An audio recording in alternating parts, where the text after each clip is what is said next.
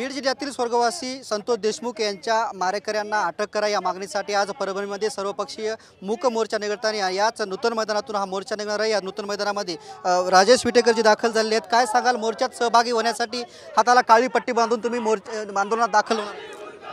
स्वर्गीय संतोष अण्णा देशमुख यांची झालेली निग्रह हत्या ही सर्वांसाठीच अत्यंत मानवतेला काळीमा फासणारी घटना आहे।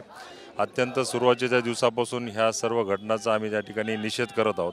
मी स्वतः या हिवाळी अधिवेशनामध्ये सभागृहामध्ये हा मुद्दा उपस्थित केलेला आहे आणि संबंधित सर्व आरोपींना त्या ठिकाणी अटक करून त्यांना कठोर शासन व्हावे अशी आम्ही त्यावेळेसच मागणी घातलेली आहे। आज परभणी येथे सर्वपक्षीय मूक मोर्चा आहे आणि आजही आमच्या सर्वांची तीच मागणी आहे की जे आरोपी फरार आहेत त्यांना तातडीनं अटक करावी आणि त्यांच्यावर कठोर शासन व्हावं। काही मराठवाड्यातील आमदारांनी धनंजय मुंडे यांचा राजीनामा मागितल्याची माहिती आहे, नेमकं तुमच्याकडे काय माहिती आहे? आता हा निर्णय जे काय असेल ते पक्ष लेवलला होईल। ज्यावेळेस ह्या सर्व बाबींची शहानिशा होईल तर तो निर्णय सर्व पक्ष लेवलचा होईल। त्यावेळी पक्ष जो निर्णय घेतील तो त्यांना मान्य राहील।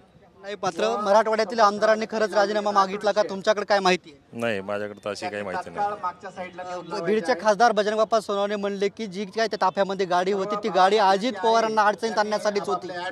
अशी काही गाडी त्या ताफ्यात असेल नसेल मला त्याची काही कल्पना नाही आहे, पण ज्यावेळेस एखादा नेता अशा काही घटनेला भेट द्यायला येतो, एखादा राज्यकर्ता अशा काही घटनेला भेट द्यायला येतो, अनेक लोक त्या ठिकाणी उपस्थित असतात।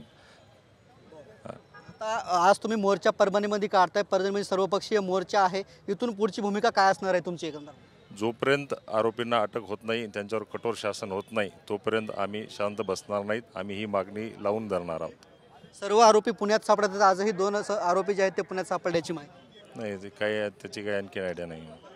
जोपर्यंत न्याय मिळत नाही तोपर्यंत आम्ही आमचा हा आंदोलन सुरू ठेवणार असल्याचं राजेश विटेकर यांनी सांगितलं आहे। कॅमेरामन विशालसह मी रमेश चेंडके, TV9 मराठी, परभणी।